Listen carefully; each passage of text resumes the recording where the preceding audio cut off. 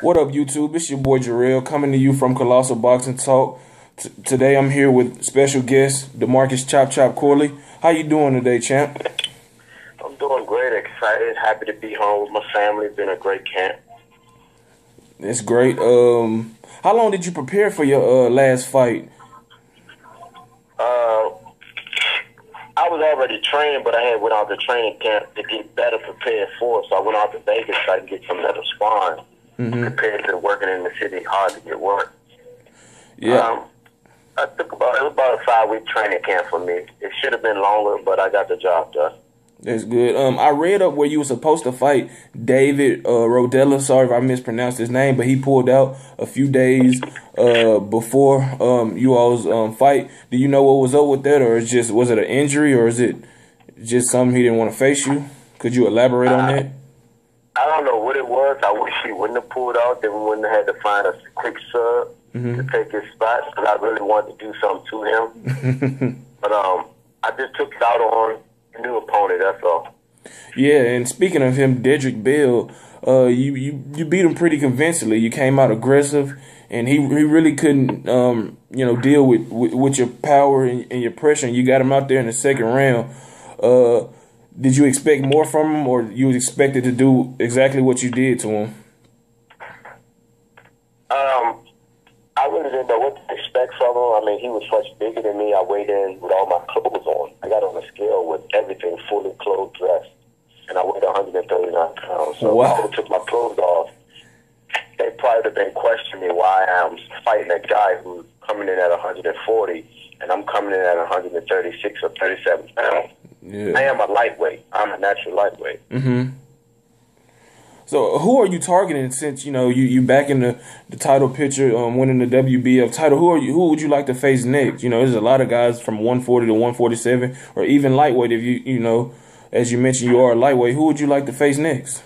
Well, first of all, I'm not targeting nobody at 147. Nor at 140 pounds. Okay. I want the winner between Mickey Bay and Vasquez. If not that, I would like a shot at Terrence Crawford at 135. And if we can't get that, we'll take on the other champion, Omar Figueroa. He's the main person on the list I want first. Yeah, definitely. That'll be a great fight. Omar Figueroa is an action fighter, but he doesn't really, put defense first. And I definitely can see you taking him to school, because you've been in there, like I said, with Alexander, Mayweather, Cotto, Matisse, Maidana. The list goes on. And he's relatively, inexperienced, and I think that's a fight you definitely can come out on top of. Yeah, I know I will, but his handlers not gonna let him fight me.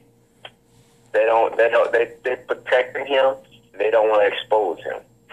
Yeah, I definitely can see, because what I see from Facebook and other social media sites is that he's really not left a big positive impression on the fight fans.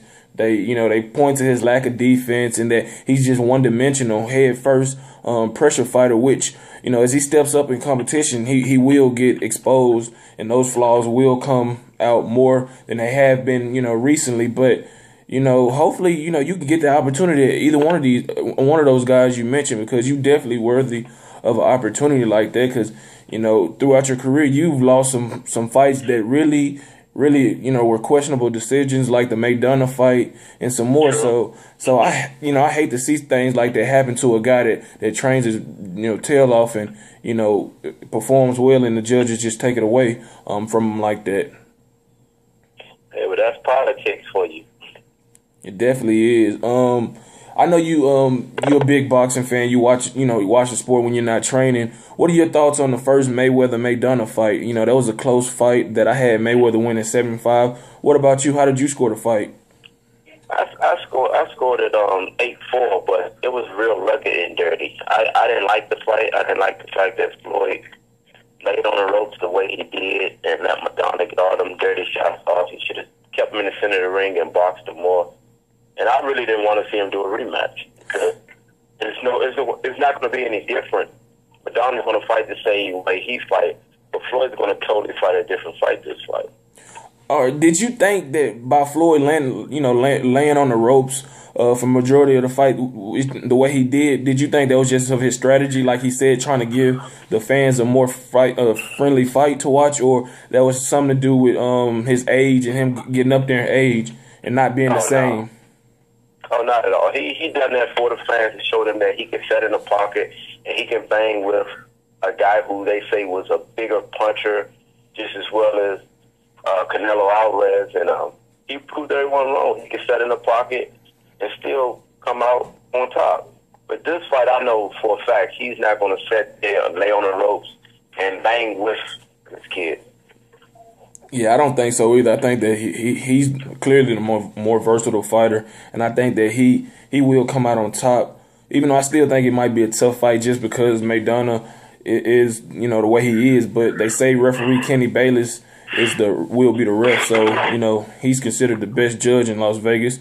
Will you be at that fight watching? Since you said you want the winner of Miguel Vasquez and Mickey Bay, will you be there scouting that fight? I'm working on it. Because I may be fighting the week after that, September the 20th. Oh, okay. Do you have an opponent in mind, or is just a stay busy fight, just to knock some rust off? Because I think you was off a year before your last fight, if I'm not mistaken, or at least a few months. 9 months. Yeah, I was off 9 months. Trying to get a fight leading up to this fight that just happened.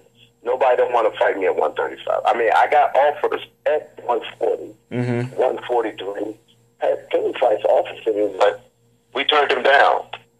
And at that time, I had a manager at the time, but now I'm a free agent. I'm self-managed, and I'm fighting anybody at 135. I'm not fighting at 40. I definitely see why you would be avoided. Like I said, you're a veteran and you're a talented fighter that's been in there. So you're a seasoned veteran. So you know. What are your thoughts on the politics and why these mega fights, doesn't get made as often as they used to in the past? Is it because fighters are not willing to take the chance, or is it that their promoters and managers are not willing to risk a potential cash cow that will bring in mega bucks for them in their company?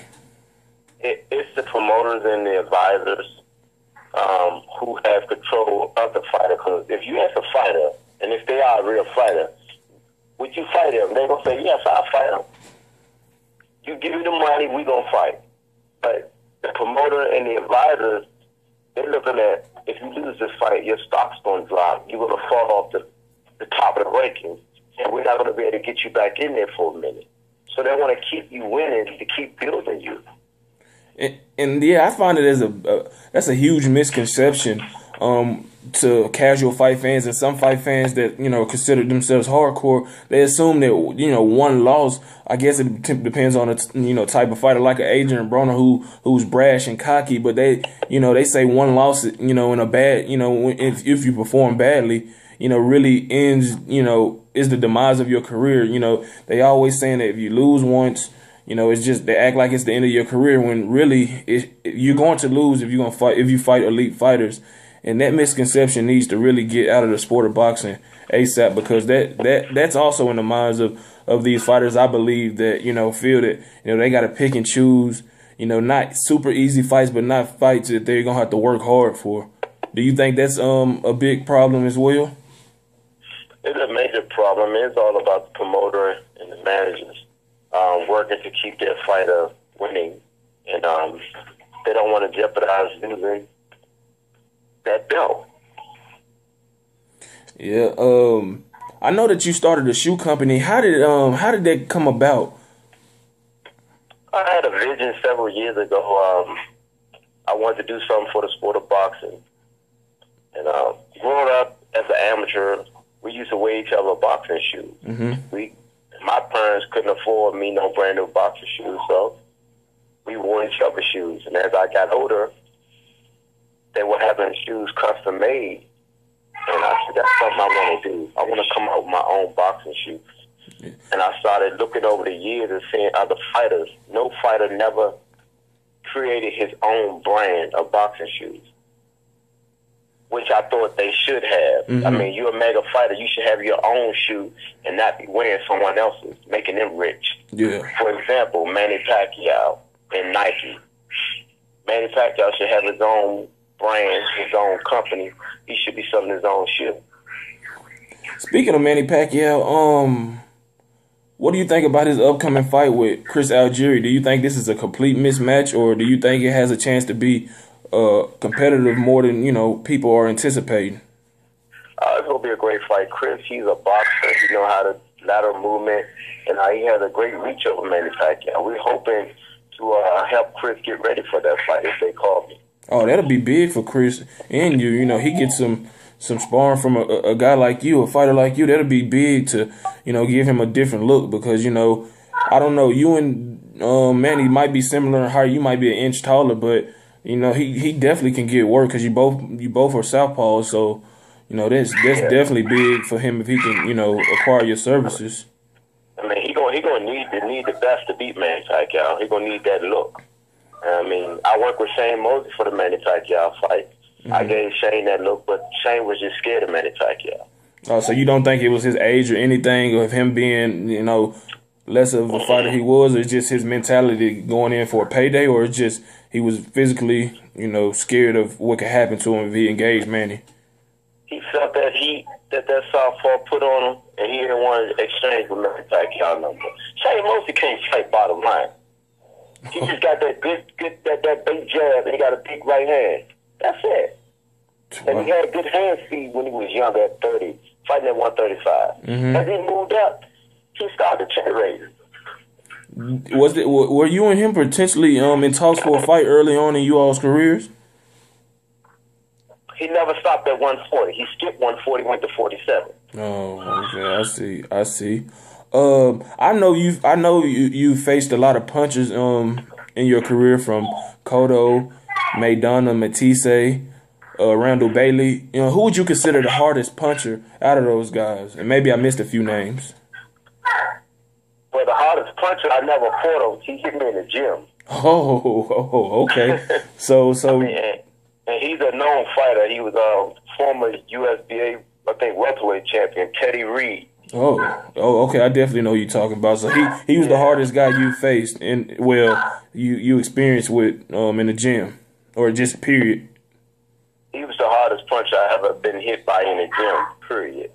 But the hardest person in the ring that ever hit me, I would have to say Freddie Hernandez. When I got knocked out at welterweight, I stepped up to fight at welterweight 147. Mm-hmm. I was winning the fight up to the 5th round when I got caught with a big right hand. Yeah. So basically, like Matisse, Maidana, those type guys, their power is a little bit overrated.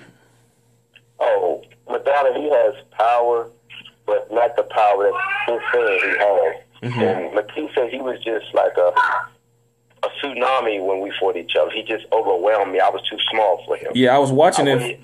Yeah, I was way too small for Matisse. I was watching that fight, and you gave it a good effort, though. I thought you might have hurt him a little bit with a right hook, but you gave it, you did a good job while it lasted. But yeah, like you said, you could tell the difference in weight and height, so you can't really be ashamed of that.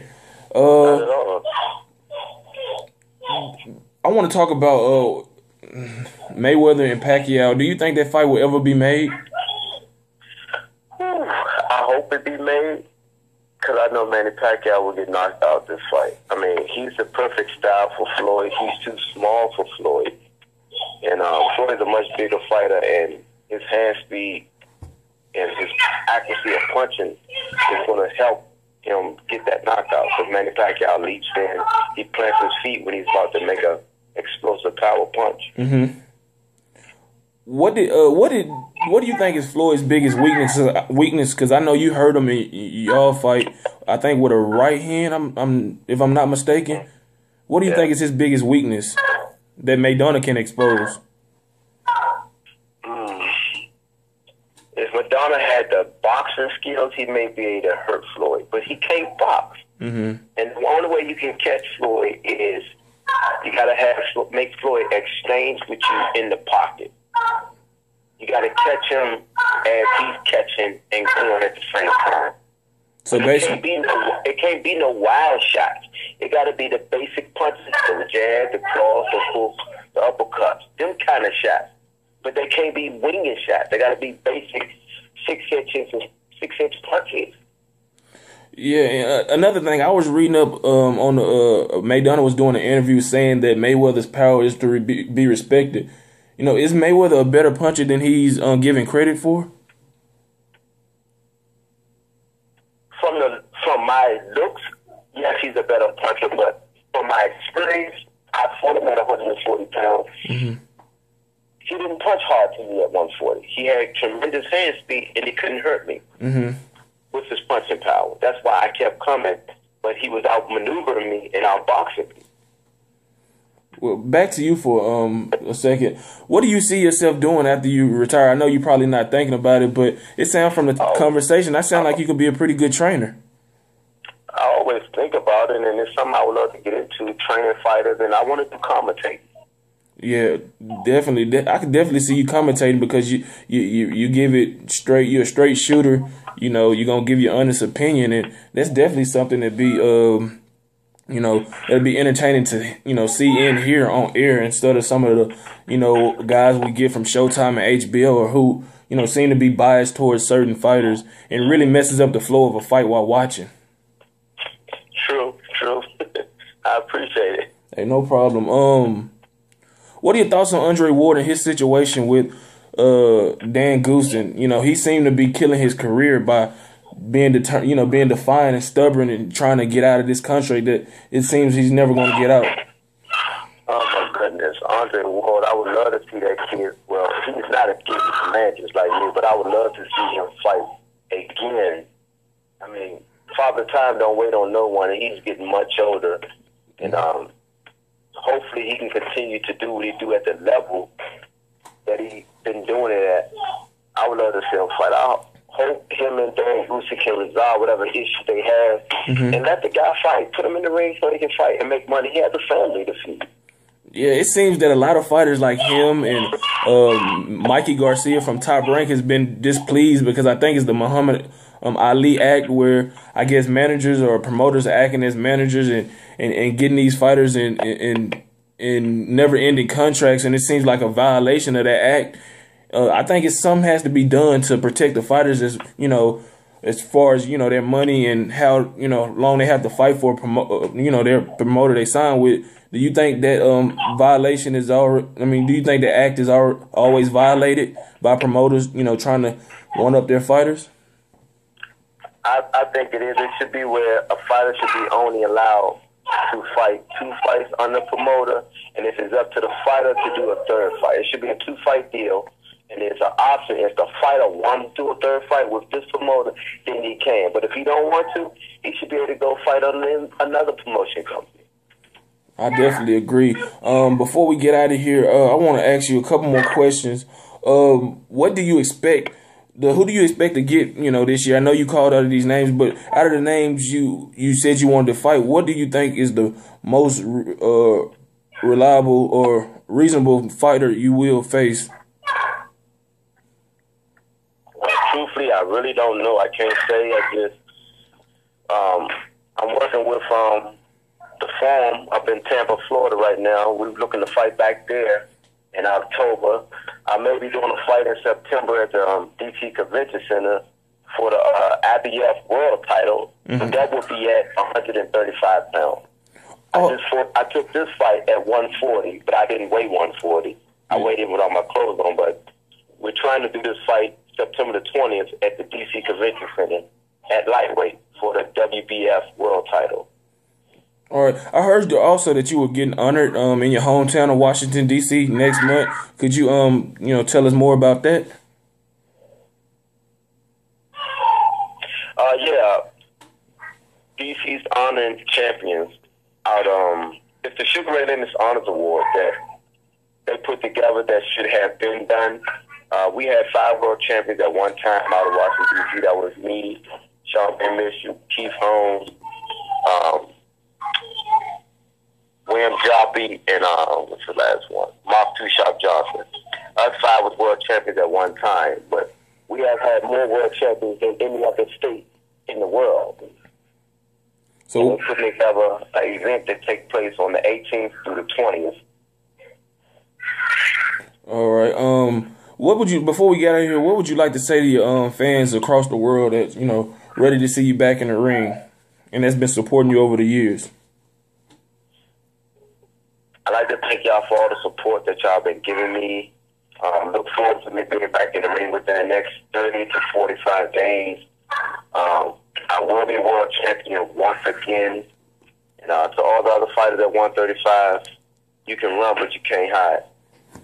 There it is. Chop said you can run, but you can't hide. So put up or shut up, lightweight division, because he's coming. I'd like to thank you again for the opportunity, taking a few minutes out of your busy schedule to, grant me this opportunity to interview you and, get your thoughts on various topics in the boxing world as well as your own, career. And hopefully after your next fight, we can chat it up again and see where you're at in your progress of getting a big title fight. Will do. Thanks a lot. I appreciate it. All right. Thank you. You have a nice day. Thank you.